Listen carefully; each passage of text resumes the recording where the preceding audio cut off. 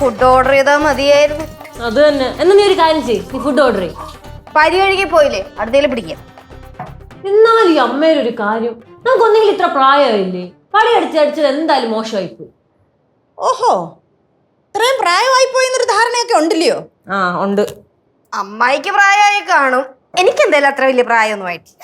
അയ്യ, ആരീ പറയണ, ഒരു കൊച്ചിന്റെ തള്ളയാണ് നീ. രണ്ടുപേരും കൂടെ കിന്നരിച്ചോണ്ട് ഇരിക്കാതെ വല്ല ജോലി ചെയ്യാൻ നോക്ക്.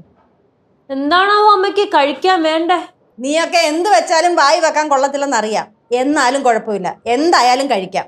ആ, പെട്ടെന്ന് വേണം. ഇവിടെ കിന്നാരം പറഞ്ഞുകൊണ്ട് നിൽക്കരുത്. അമ്മൂമ്മ അരിക്കളത്തിട്ട് വേവിച്ചാലാ? മിക്കവാറും വേണ്ടി വരും. എന്തായാലും അമ്മേനെ നാക്കിന്റെ മുന്നിലേ നമുക്ക് പിടിച്ചിരിക്കാൻ പറ്റൂല. അത് ഞാനും ആലോചിച്ചത്. ഇന്ന് അമ്മൂമ്മ ഭയങ്കര ഓണായിട്ടാണോ നിക്കണത്? എന്ത് ചെയ്യും? എന്ത് ചെയ്യും? ഒന്നും ചെയ്യാനില്ല, വീട്ടിലെ പണി മൊത്തം എടുക്ക്. എന്ത് ചെയ്യുന്നു? അതങ്ങോട്ട് വേഗം കഴുകി വെച്ചു. ഇത് കഴിഞ്ഞിട്ട് വേണം. ഇവിടെ തുണി അലക്കാനുണ്ട്, നിലം തുടയ്ക്കാനുണ്ട്, അടിച്ചു വരാനുണ്ട്, കുറെ ജോലിയുണ്ട് ഇവിടെ ചെയ്യാൻ. അഴുക്കാണെങ്കിൽ കഴുകിട്ട് പോണൂല്ലോ. അത് മതി, അങ്ങോട്ട് കലത്തിലെടുത്ത്.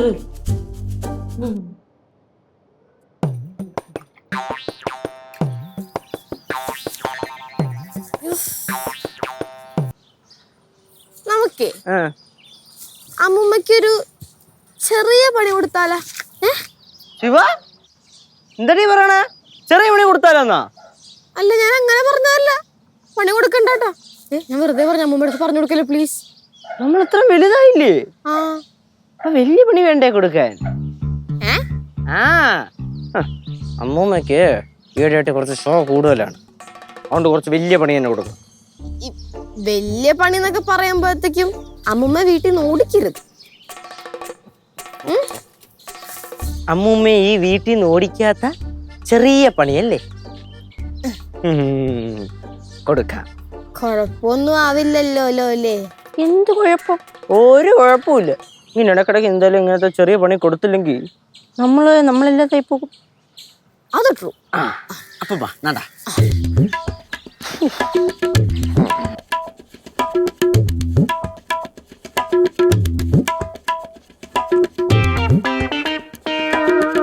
ഉടായ്പ കാണിക്കാതെ മര്യാദക്ക് തിരുമമ്മായി.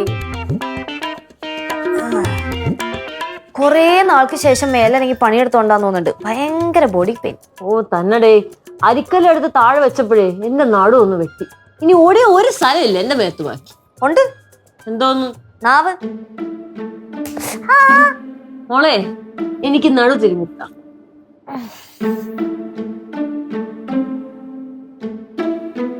അമ്മായി, അമ്മൂമ്മയുടെ ഭരണം കുറച്ച് കൂടുന്നില്ലേ? കുറച്ചധികം കൂടുന്നുണ്ട്. ഒരു ജോലിയെ മറന്നുപോയാൽ ഇവിടെ കിടന്ന് ചാട്ടം കണ്ടില്ലേ? നമുക്ക് അമ്മൂമ്മേനങ്ങ് അല്ല, പടവലത്തേക്ക് പാക്ക് ചെയ്താലോന്നാ ഉദ്ദേശിച്ചേ. പാക്ക് ചെയ്തിട്ട് ഇടി മണ്ടി അമ്മ ഇവിടുന്ന് പോയി ഇവിടുത്തെ ഫുള്ള് ജോലി നമ്മൾ ചെയ്യണ്ടേ? അത് ഞാൻ ഓർത്തില്ല.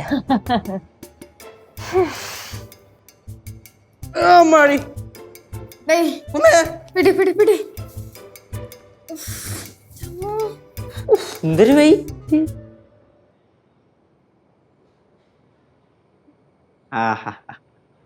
എന്താണ് റെസ്റ്റ് തന്നെ?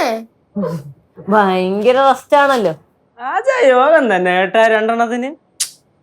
ഇവരങ്ങ് ചവിട്ടി കൂട്ടിയാലമ്മായി. അങ്ങനെ പറഞ്ഞോട്ടാ. ഓ, നിങ്ങൾക്കായിരുന്നില്ലേടെ രാജയോഗം. വെറുതെ കറങ്ങി അടിച്ച് നടന്നാ മതിയായിരുന്നല്ലോ. ഞങ്ങളിതാ പണിയെടുത്ത് നടുവോടിഞ്ഞു. ഞാൻ വെല്ലോം വിളിച്ച് പറയും, ഈ നട്ടപ്പുറ വെയിലത്ത് 10-16 കിലോയും ചോന്നുകൊണ്ട് നടക്കാനായിട്ട് ഒരു രസവും ഇല്ല. എവിടെ ഹിറ്റ്ലർ ഭവാനി? എന്റെ പൊന്നുമോനെ ഒന്ന് പയ്യെ പറ. ഇനിയിപ്പൊ ഇതും കേട്ടോണ്ട് അമ്മൂമ്മ എങ്ങനെ വന്നാണ്ടല്ലോ അടുത്ത പണി തരും. വയ്യ ഇനി ഇവിടുത്തെ ജോലി ചെയ്യാൻ. അതുകൊണ്ടാ അകത്തുണ്ട്. എടേ, അമ്മയ്ക്കൊരു പണി കൊടുത്താലാ? അമ്മായി എടാ, ഒരു ഫ്ലോയ്ക്ക് അങ്ങ് പറഞ്ഞേടേ. പൊന്നോ, പണി എന്തായാലും കൊടുക്കണം. ചേച്ചി അമ്മായി, ഇത്ര നേരം ഞങ്ങൾ ഇത് തന്നെ പറഞ്ഞിട്ട് വന്നത്. നമ്മുടെയൊക്കെ ചിന്തയുടെ ഐക്യം ഒറ്റ കെട്ട. എന്നാലും എന്ത് പണി കൊടുക്കും നമ്മള്? എന്തെങ്കിലും ചെറിയ പണി കൊടുത്താൽ മതി, വലിയ പണിയിലേക്കൊന്നും പോകണ്ട. ഞാൻ ഇത്ര നേരം അതാണ് ആലോചിച്ചിട്ട് വന്നത്. എന്റെ നല്ല കിടുക്കൊരു പണി കിടപ്പുണ്ട്. ഞാൻ നമ്മുടെ ലച്ചേച്ചിക്ക് വേണ്ടി റിസർവ് ചെയ്ത് വെച്ചിരുന്ന സാധനമാണ്. അപ്പൊ അമ്മൂമ്മയ്ക്ക് വേണ്ടി ഉപയോഗിക്കാം. വെക്കടാ ലച്ചു ചേച്ചിക്ക് എന്നെ താങ്ങും നീ. റിസർവ് ചെയ്ത് വെച്ചിരുന്നാണല്ലോ, ഇനി നമുക്ക് പ്രശ്നമില്ലല്ലോ. അല്ല ലച്ചുവിനെ റിസർവ് ചെയ്യുന്നതാണെങ്കിൽ അമ്മയ്ക്ക് കറക്റ്റ് ആയിരിക്കും. കാരണം രണ്ടിന്റെ സ്വഭാവം ഒരുപോലെയാണല്ലോ. അമ്മായി ഇങ്ങനെയാണെങ്കിൽ ഇത് ശരിയാവില്ല കേട്ടോ. എന്തോനാണേ നിങ്ങൾ കിടന്ന് തല്ലൂടുന്നത്? നമ്മളിപ്പോ ഒറ്റക്കെട്ടായിട്ട് നിക്കണ്ടേ? നീ പണിയെ പറ്റി പറ. പണിയെ പറ്റി പറയാം, പക്ഷെ കുറച്ച് ഫണ്ട് വേണ്ടി വരും. ഫണ്ട് അത് നീ പേടിക്കണ്ട, അത് ഞാൻ ഇറക്കിക്കോളാം. സെറ്റാണ്. സെറ്റ്. അപ്പൊ പണിയും സെറ്റ്.